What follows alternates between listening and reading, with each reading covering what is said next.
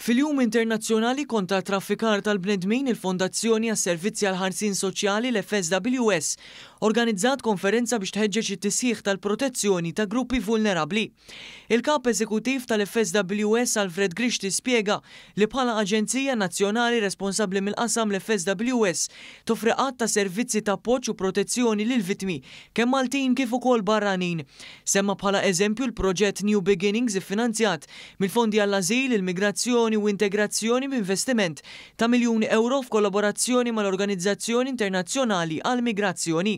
Dan il-proġett isaħħaħ l-identifikazzjoni bikrija, l-protezzjoni u l-integrazzjoni tal-vittmi b'ħidma multidixxiplinarja minn professjonisti f'diversi oqsma. Dan il-proġett enna sabiex inkunu nistgħu ninvestu f'dar ġdida li hija safe house fejn aħna nagħmlu l-ħidma tagħna mal-vittmi tat-traffikar uman.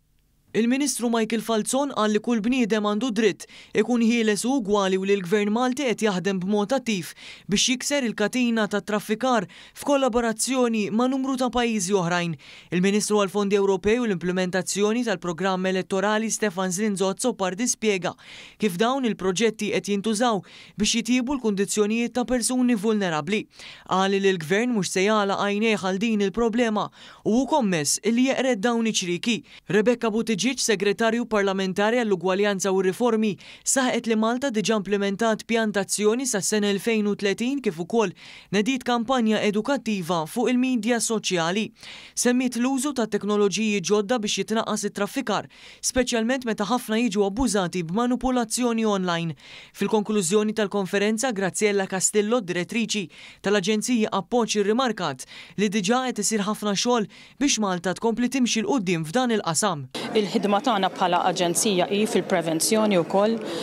Is-sena l-oħra kellna madwar 38 persuna li għandhom ukoll kemm fix-shelters tagħna iżda wkoll anki f'ħidma illi nagħtu one-to-one. Jiġifieri hija l-prevenzjoni naħseb hija l-qofol tal-ħidma tagħna wkoll biex jiġu identifikati vittmi ta' traffikar. L-FSWS temmet tappella lil pubbliku biex f'każ ta' suspett ta' traffikar jikkuntattjaw lil awtoritajiet fuq in-numru 179 is-servizz li opera 24 siegħa kuljum. Għal aktar informazzjoni dwar is-servizzi tal-FSWS jew il-proġett New Beginnings, wieħed jista' jżur is-sit www.fsws.gov.mt jew il-paġna New Beginnings fuq Facebook.